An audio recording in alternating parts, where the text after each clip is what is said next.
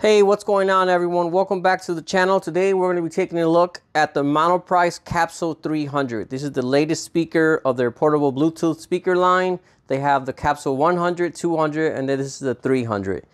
Based off the specs and overall look of them, they're basically meant to compete with the Flip, Charge, and Xtreme. The Charge is 20 watts, the Xtreme is 40 watts. This one sits right in the middle at 30 watts. When I bought this speaker, there wasn't really any reviews on it, but I own a speaker from Monoprice, which I just did a review on, which is the Soundstage 3, which happens to be one of my favorite speakers that I own. So I seen this one, it looked a lot like a JBL Xtreme. I was always curious about the Xtreme, but I don't want to expend the JBL Xtreme money. So at $69.99, I figured I'd give this a shot. And overall, I don't hate it, but I also don't love it. We'll dive into that in a second after I give you a listen. But let me go ahead and do a rundown of the specs real quick. All right, so looking at the specs, this is a 30-watt speaker with two 2.5-inch speaker drivers. It is Bluetooth 5, and it has a true wireless stereo mode. So if you want to buy two of these, you can link them together. I don't know if you could link up a Capsule 100, so a 300 or 200, but it just says link a 300 to a 300, so maybe not. It's all-weather IPX7, and then it has up to 30 hours of playback at 50% volume. Overall, the battery on this is real impressive. I can't remember the exact specs, but I think the JBL Charge comes in at somewhere around 7,000 milliamps. This has 10,000 milliamps, which is the same that JBL Xtreme has. All right, so I don't own the JBL Xtreme, but I do have the next thing down, which is the JBL Charge 3. So as you can see, this isn't as big as the Xtreme, but it's also not as small as the Charge. It's kind of sitting right in between, just like the specs are. It's, I want to say, about 1.5 to 2 times thicker, and then you can see a little bit wider as well. Come around side to the base radiators, you can see the ones on the Monoprice a lot bigger than the ones in the Charge. All right, so I'm gonna go ahead and give you guys a listen to these.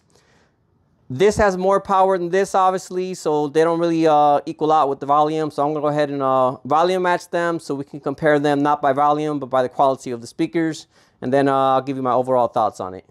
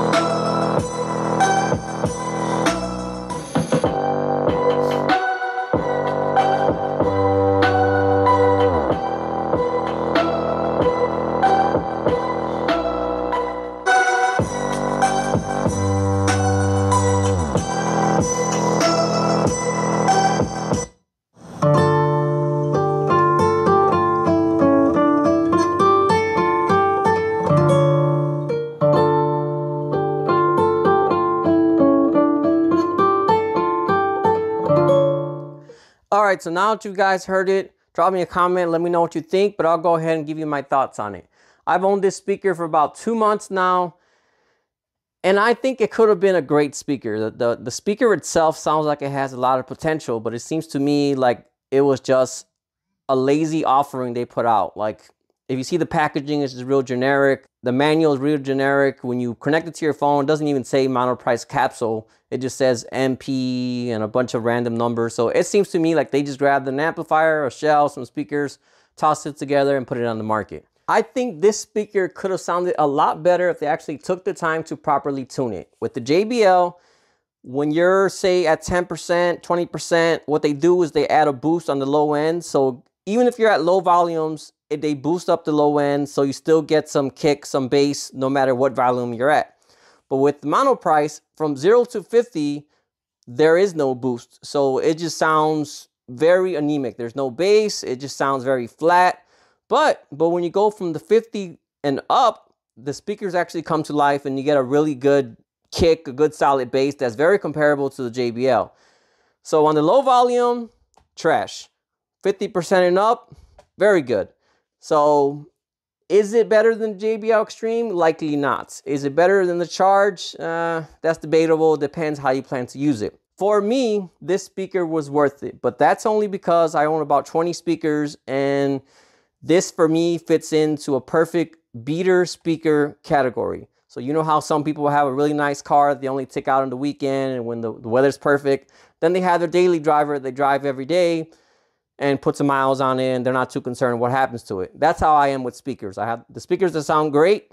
I keep them inside. I take real good care of them and, you know, they get babied. But speakers like this one that are kind of so-so, these are the ones that I'll take outside and have when I'm doing yard work, cooking on the grill, or whatever it may be. So if it drops, it gets damaged, I'm not that concerned about it. If it gets scuffed, no big deal. But I would not want that to happen to my good speaker. So for me, this fits in the category of a good beater.